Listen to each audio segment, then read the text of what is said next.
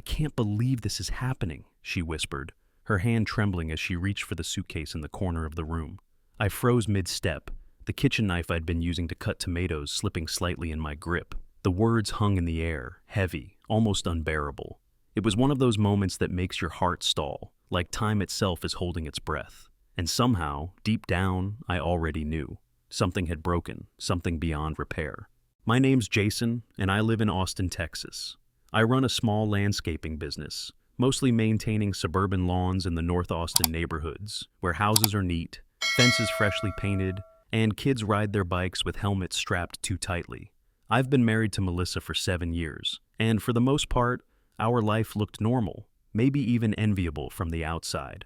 We had our Sunday football routines at HEB Stadium with friends, backyard cookouts where she'd make her infamous sweet potato casserole, and those road trips to Hill Country where we'd drink gas station coffee and argue about which country playlist was better.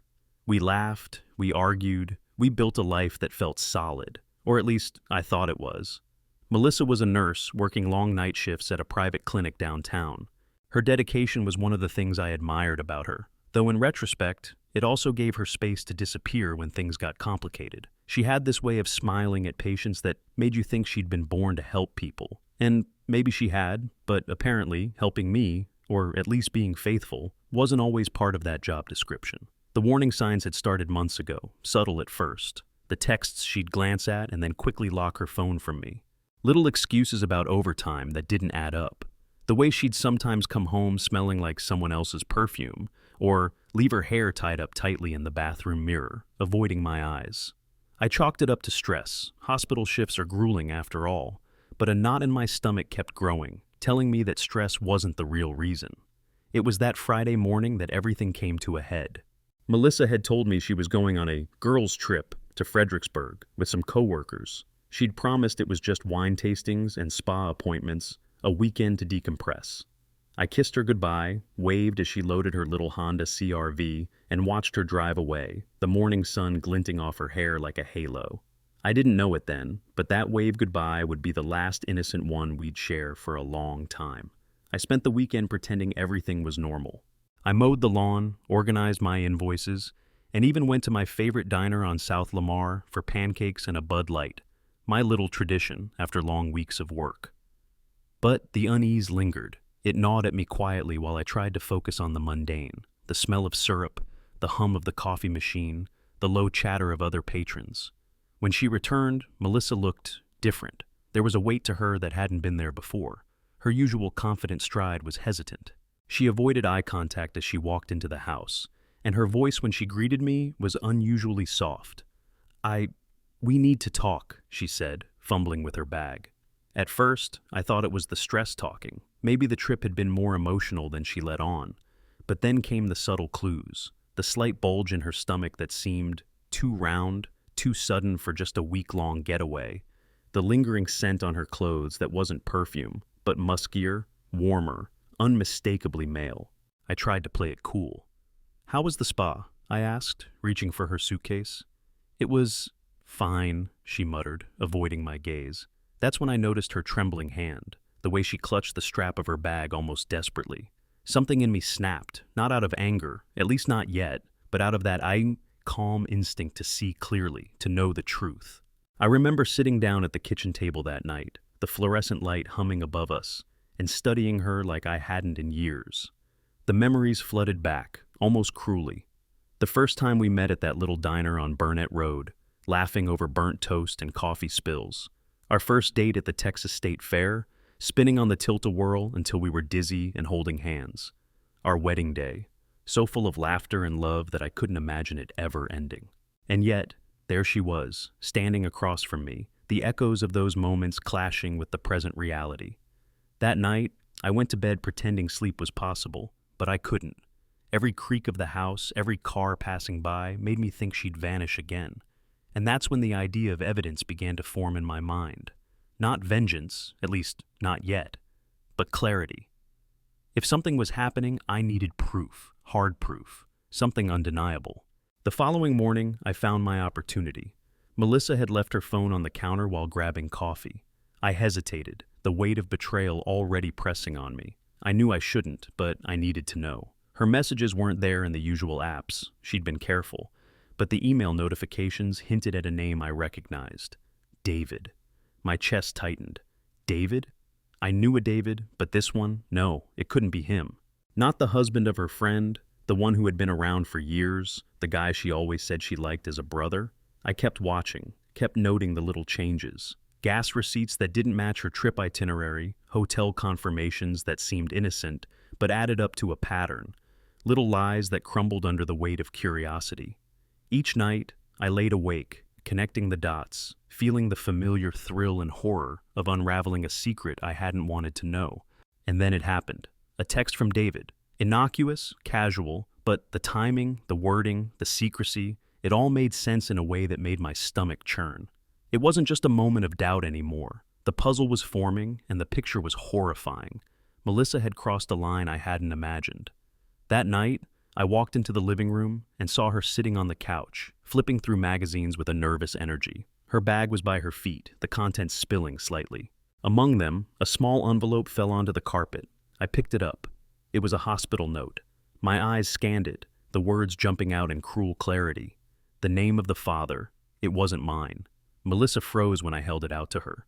The room went silent except for the soft hum of the refrigerator. Her eyes widened, a flicker of panic and guilt crossing her face. In that moment, all the rehearsed lies, the careful smiles, the excuses, they melted away.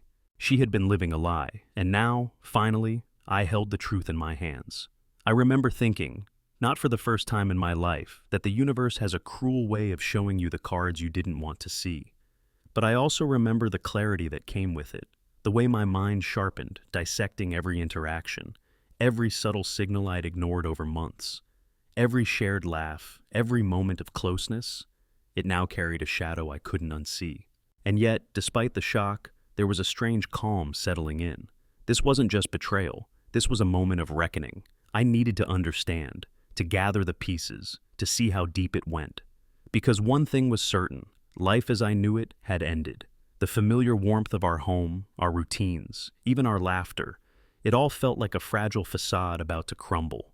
I don't know exactly when the fear turned into resolve, but by the time the night stretched long and shadows grew across the walls, I knew I couldn't just confront her without being armed with certainty. I needed evidence. I needed proof that couldn't be denied, and that meant following the trail she'd left, paying attention to the details no one else noticed.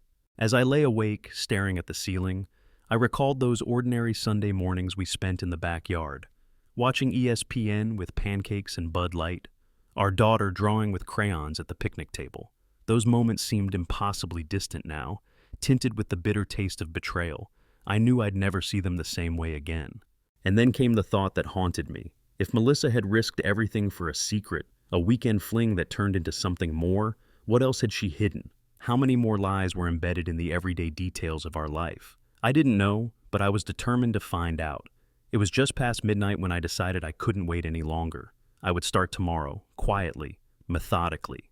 Every receipt, every text, every missed call would be logged. I would follow the breadcrumbs until I reached the heart of the truth. Because whatever happened, I refused to live in the shadow of a lie any longer.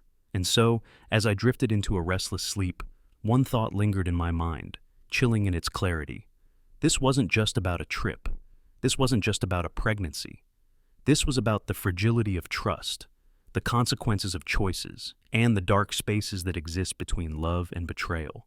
Melissa didn't know yet that I was on to her, and when I finally revealed what I knew, the look on her face would be the one I'd never forget. But that moment, right now, in the quiet hum of our home, was just the beginning. The unraveling had begun, and nothing would ever be the same. And as the first light of dawn crept through the blinds, I whispered to myself, almost as a warning, something is very wrong, and I'm going to find out exactly what it is. For the morning light filtered through the blinds, slicing our bedroom into pale stripes. I could hear Melissa in the kitchen, clattering dishes, trying to pretend everything was normal. But I wasn't fooled. My hands shook slightly, not from anger, but from the precise kind of tension that comes when your mind is calculating, analyzing, planning. Every detail from the night before replayed itself like a loop in my head. The envelope, the hospital note, the subtle bulge in her stomach. I didn't confront her that morning. Not yet. First, I needed proof. Solid, undeniable evidence. Something she couldn't gaslight, couldn't twist, couldn't hide behind a tearful smile or empty apology. I began by revisiting her trip details, the ones she'd given me with a practiced casualness. A weekend in Fredericksburg, she'd said. Just the girls, wineries, massages. But details matter. Dates on receipts, timestamps on photos, GPS logs, small things most people wouldn't notice. These were the threads I would pull until the fabric unraveled. I started with the credit card statement she left on the counter. One swipe at a time, I scanned each line. Gas stations, cafes, boutique shops. A lunch at a cafe in New Braunfels on Saturday. A boutique shop in Austin on Friday afternoon. That made no sense with her supposed itinerary. I pulled up Google Maps and plotted each location. Distances, driving times. Suddenly, the timeline was tight. Too tight. She couldn't have been where she said she was. And then I noticed it. A charge from a hotel in San Marcos, dated Friday night. Just one night. Not a spa, not a girls' retreat. My stomach nodded. The name on the booking, Melissa R., and a guest, David P. I froze. David P. was her friend's husband. My mind spun.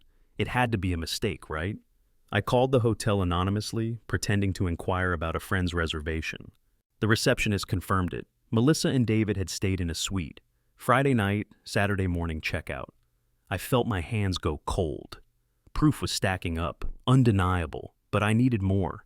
Pictures, messages, something to tie it all together.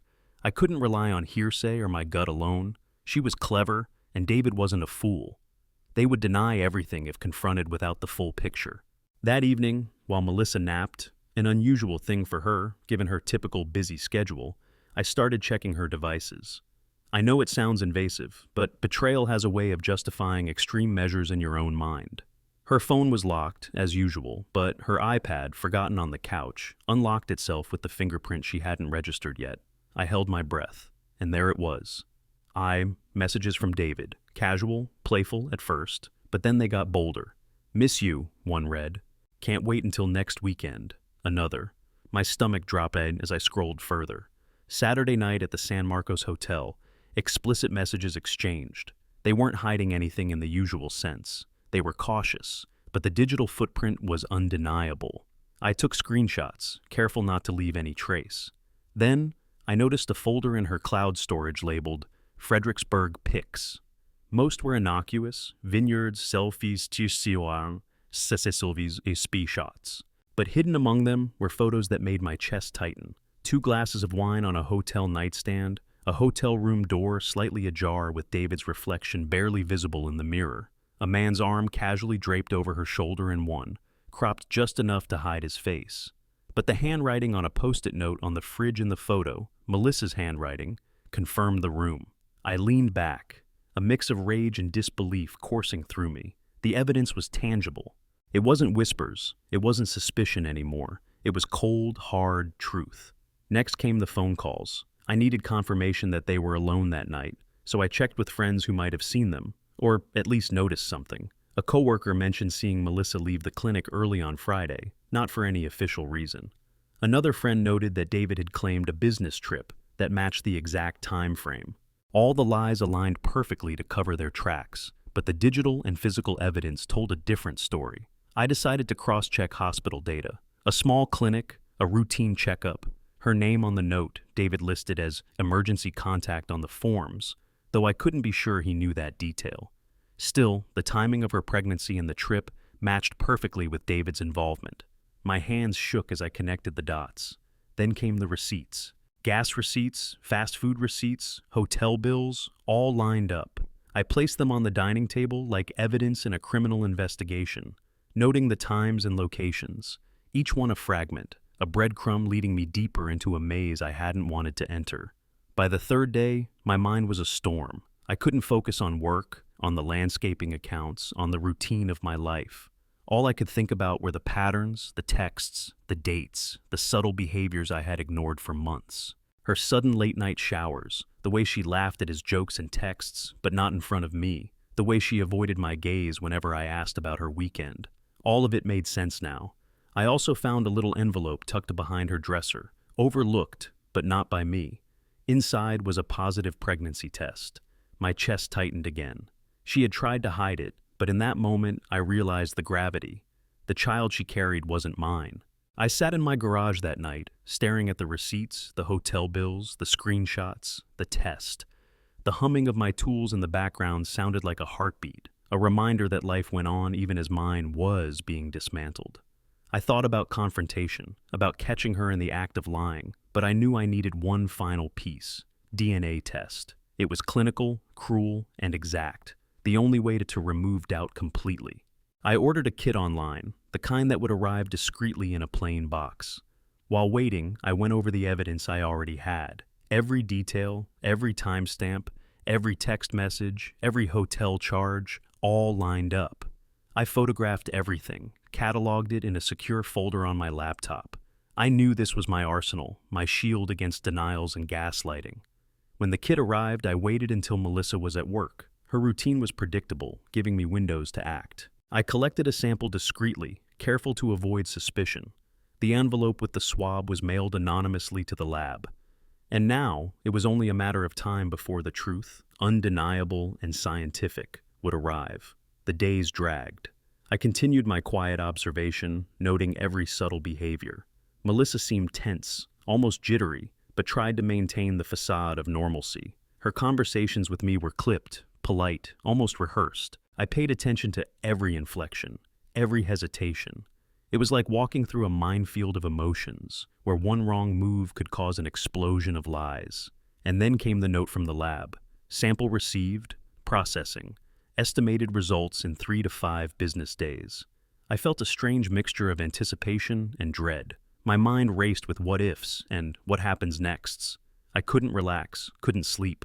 My life had become an investigation, a tense waiting game with stakes I had never imagined. One evening, I caught her on the phone, speaking softly, almost whispering. She laughed, lightly, in a way that made my stomach churn. David. She was speaking to him, probably discussing the pregnancy, probably making plans to cover their tracks further. I didn't eavesdrop, not really, but I didn't need to. The timing, the tone, the content of her laugh, it all confirmed what I already knew. The evidence had transformed from suspicion to certainty. There was no room for denial. Melissa had returned from her girls' trip, carrying more than wine glasses and spa memories. She was carrying David's child, and she had gone to great lengths to hide it. The realization was bitter, cold, and strangely clarifying. And yet, despite the clarity, I knew confrontation couldn't happen yet. I needed the DNA results. I needed the absolute, undeniable proof that would turn her own lies into irrefutable reality. Patience had become my weapon, observation, my armor, and the truth, once fully revealed, would be in my hands. As I cataloged the receipts one last time that night, laying them neatly on the kitchen counter like pieces of a puzzle, I whispered to myself, a vow wrapped in cold resolve. When she sees the evidence, she won't be able to twist it. Nothing will save her from the truth. Melissa walked in, humming softly, carrying the groceries. She smiled at me, innocent, but I didn't return it. My gaze was fixed, analytical, unyielding. She paused, sensing perhaps a shift in the air, but said nothing. And in that silence, I felt the weight of the next few days pressing down, knowing that when the lab results arrived, our lives would be forever altered. Something had been revealed, something undeniable. And the rest, the confrontation, the explanations, the fallout, was coming. The first threads had been pulled, and there was no going back. The envelope from the lab arrived on a Thursday morning. I didn't open it immediately. I wanted the timing perfect, the setting controlled. The idea wasn't revenge in the melodramatic sense. I wanted undeniable truth laid bare, a confrontation that couldn't be twisted, denied, or erased. I waited until dinner, when Melissa would return from work. I cleared the kitchen, set the table with just the essentials: 2 plates, 2 glasses of water, and the envelope. The silence in the house felt heavier than ever. Every tick of the wall clock amplified, marking the countdown to confrontation. When she walked in, I could feel the shift immediately. Her posture was upright, confident, but there was a subtle tension in her shoulders. She tried to smile, a polite, measured smile, but it didn't reach her eyes. I didn't respond with words. Instead, I slid the envelope across the table. "This came today," I said calmly. My voice was quiet but firm, almost surgical in its precision. She glanced down, then back at me, confusion flickering across her face. "What's this?" she asked, trying to sound casual, but her tone betrayed a hint of apprehension. "You know exactly what it is," I replied, meeting her gaze evenly. "Open it." She hesitated. That hesitation was confirmation in itself. She picked up the envelope, hands trembling slightly, and tore it open. Inside, the lab report, sterile and clinical, spelled out exactly what I already knew in my bones. The DNA test was conclusive. Not only was the child she carried not mine, but the father matched David P., her friend's husband exactly. Her lips parted, and for the first time, I saw genuine fear, a rare crack in the armor she had so carefully maintained. "No," she whispered, almost to herself. "This can't be right." I leaned forward slightly, not aggressively, but with a quiet certainty. "It's right, Melissa. The numbers, the test, it's all here. You can't lie your way out of this." She looked down at the paper again, scanning, searching for a typo, a mistake, anything, but there was none. The truth hit her like a physical blow.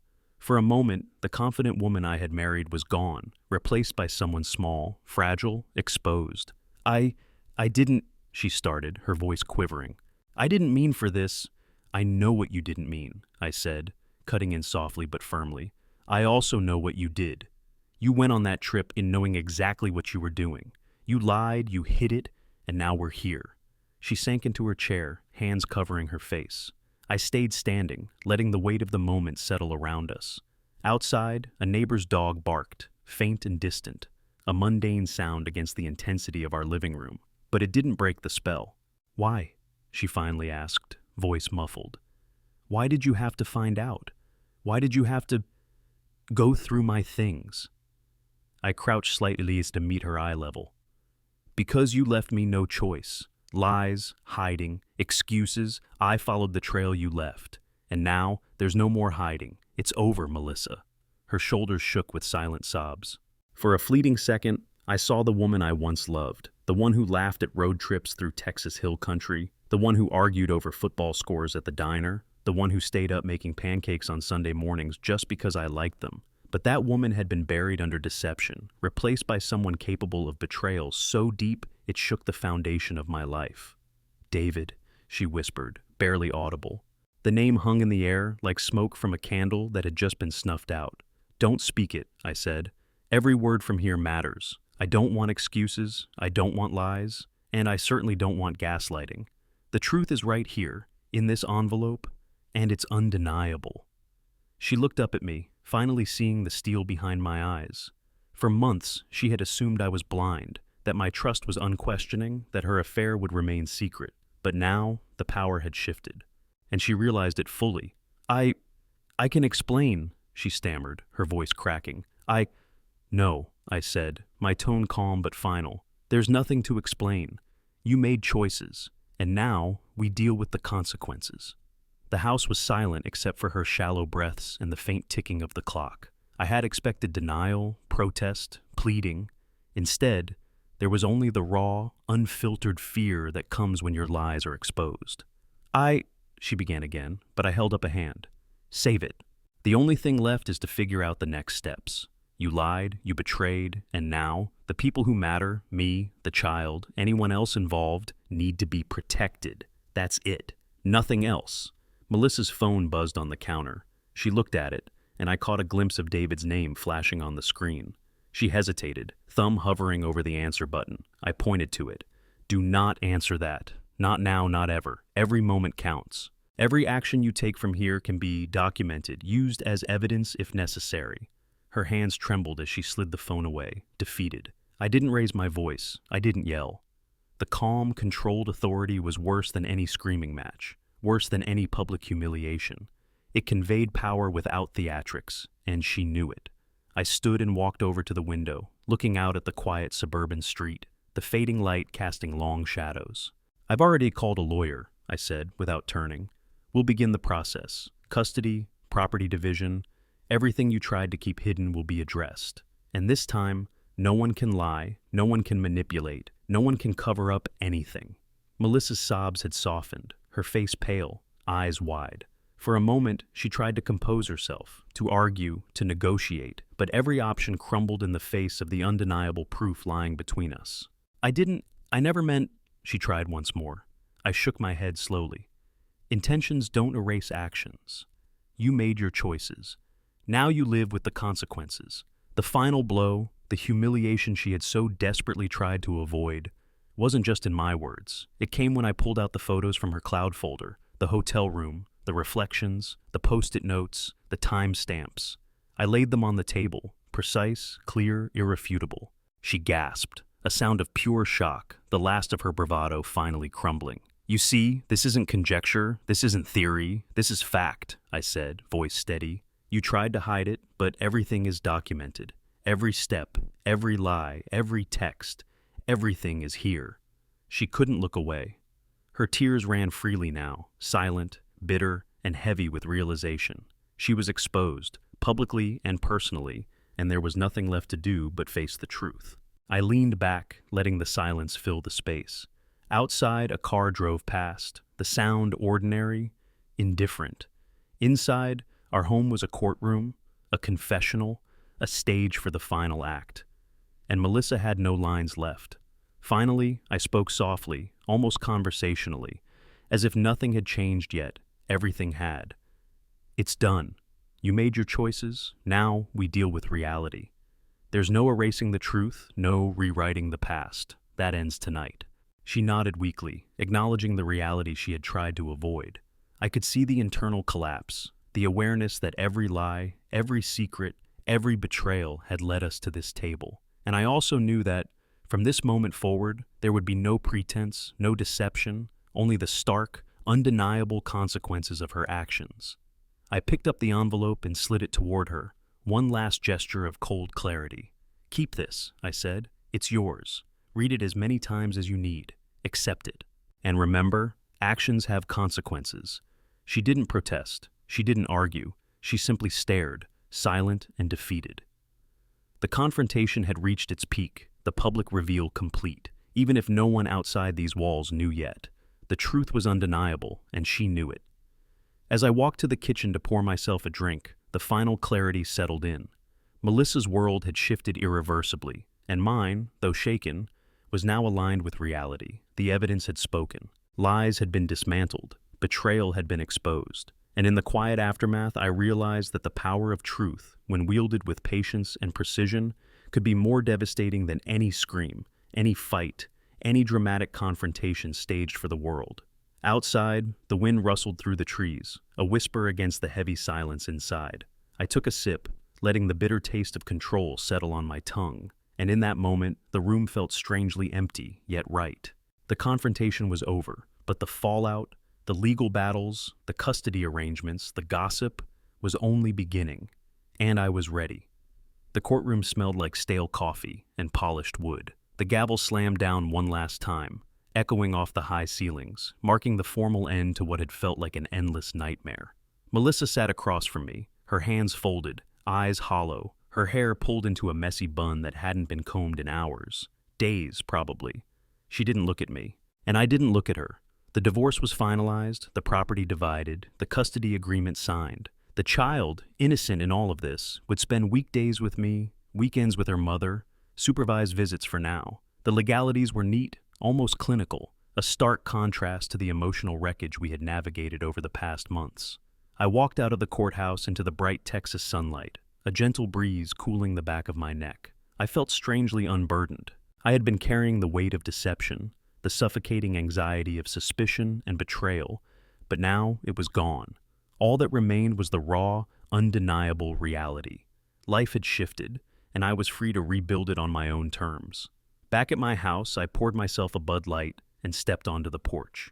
The neighborhood was quiet, the late afternoon sun painting long shadows across the lawn. I watched as a family down the street played catch, their dog running in circles, oblivious to anything beyond the yard. For a moment, I allowed myself a simple human pleasure, the feeling of stillness, of life moving forward despite everything. The child's laughter drew me inside. My son, little Jamie, had his crayons spread across the kitchen table, coloring with wild abandon. I knelt beside him, picking up a green crayon and joining in. For the first time in weeks, I wasn't thinking about evidence, confrontation, or betrayal. I was just a father, present in the moment, engaged in a simple, ordinary act of joy. Later that evening, I sat on the couch, Jamie leaning against me as we watched the ESPN game. The flickering screen illuminated his small, curious face, and I felt a warmth I hadn't known I needed. Life had been stripped down to essentials: family, truth, and the ability to choose my own path forward. Melissa's world had collapsed in the wake of her choices, but my world, though altered, was intact, and I intended to nurture it carefully, consciously, with every fiber of my being. There were calls I had to make, arrangements to finalize, school, babysitters, schedules, but they felt less like burdens now. I approached them methodically, deliberately, turning chaos into order. Each step was a reclamation of my life, a conscious decision to prioritize healing over revenge, sanity over bitterness. And yet, a small part of me acknowledged the satisfaction that truth had its way, that Melissa's attempts at deception had crumbled under the weight of undeniable evidence. In the following weeks, I found solace in ordinary routines. Mornings became sacred: pancakes with Jamie, the aroma of coffee drifting through the kitchen, the quiet hum of the refrigerator, the paper spread across the counter with its daily headlines. I discovered a strange comfort in repetition, in predictability, in the small rituals that had always been background noise until life demanded focus. These mundane moments were now touchstones of stability, reminders that normalcy could exist after chaos. Evenings often found me on the porch, Bud Light in hand, the neighborhood settling into a gentle rhythm. I would watch the streetlights flicker on one by one, listen to the distant sound of traffic, and feel a sense of perspective that had eluded me in the storm of betrayal. Life, I realized, was a series of choices and consequences, a delicate balance between control and surrender. I couldn't change the past, but I could decide how to inhabit the present and how to prepare for the future. One afternoon, Jamie asked a simple question, innocent and profound. "Dad, why didn't Mommy come back from the trip like she said she would?" I paused, considering my words carefully. "Sometimes people make mistakes, buddy. Big mistakes," I said. "And sometimes it's better to focus on the people who love you, the people who are here for you." He nodded, seemingly satisfied, returning to his crayons. I marveled at the resilience of children, their capacity to navigate complexities adults often crumble under. Emails, phone calls, and legal follow-ups continued to occupy parts of my day, but they no longer defined me. I discovered a sense of empowerment and clarity, a quiet strength in knowing that truth had been my ally all along. Melissa had attempted to manipulate, to gaslight, to evade accountability, but evidence, patience, and calm resolve had ensured that justice, in the form of truth and clarity, prevailed. Even in solitude, I found small rituals of healing: a jog through the neighborhood park, the wind against my face, the rhythmic pounding of my feet against the pavement. It was meditative, grounding, a way to reclaim my body from stress and anxiety. I read more, listened to podcasts about parenting and emotional resilience, and even started jotting down reflections in a journal, documenting not just events, but feelings, insights, and lessons learned. It was a conscious effort to process rather than suppress, to understand rather than react. Melissa attempted brief contact, texts, calls, messages, but I maintained boundaries. I replied minimally, formally, always keeping the focus on logistics for the child. Any attempt at manipulation was deflected by structure and detachment. I realized that closure wasn't just about legal resolution. It was about emotional boundaries, about refusing to be drawn back into cycles of guilt, anger, or pity. Peace was a choice, one I committed to daily.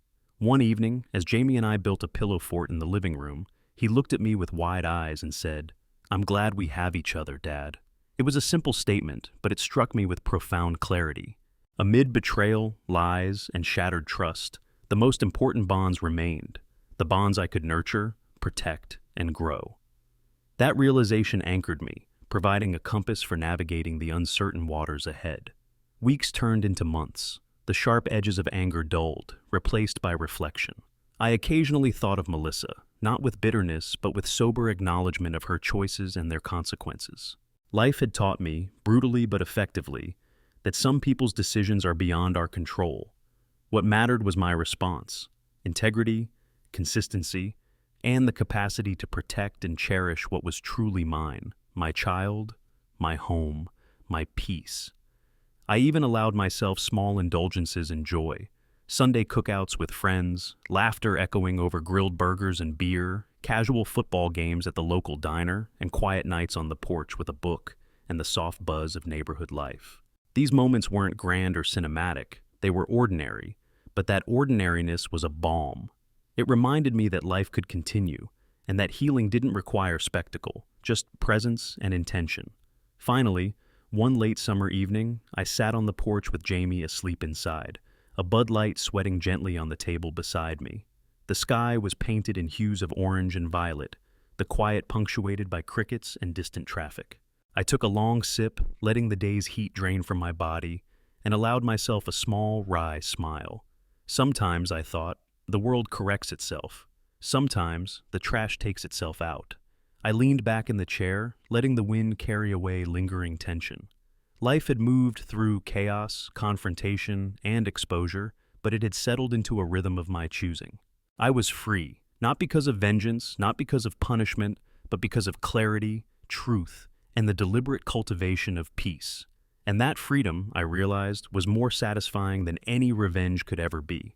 Healing wasn't instantaneous. It was gradual, a patchwork quilt stitched from quiet mornings, laughter, ordinary routines, and the unshakable knowledge that truth had been my compass. The past could not be changed, but the present and the future were mine to shape. And in that knowledge, there was profound liberation. The next morning, Jamie and I made pancakes, the aroma filling the kitchen, the sound of sizzling butter, a soundtrack to domestic normalcy. He danced around the counter, laughing, spilling flour on the floor, oblivious to the world's complications. I cleaned up the mess, smiling, feeling the ease of routine, the grace of small moments. Life, messy and imperfect, was ours. And for the first time in a long time, I believed it could be good.